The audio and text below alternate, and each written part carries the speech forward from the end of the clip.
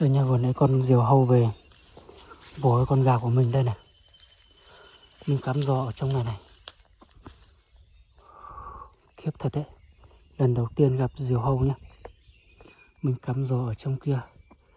Trong kia rồi nếu mình cắm ở đây ấy, thì chắc chắn là sẽ dính rồi.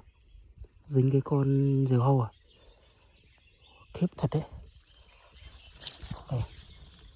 Lông gà của con gà mái của mình đây. Thấy chưa? Lông gà đây. Đấy.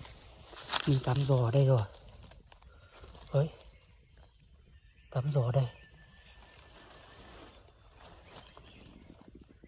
Đây.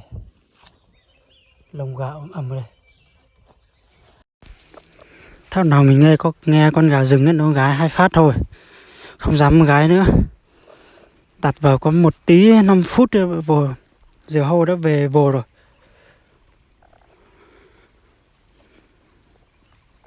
Tí nữa thì mất con gà mái mồi của mình này. Thôi thì hẹn các bạn ở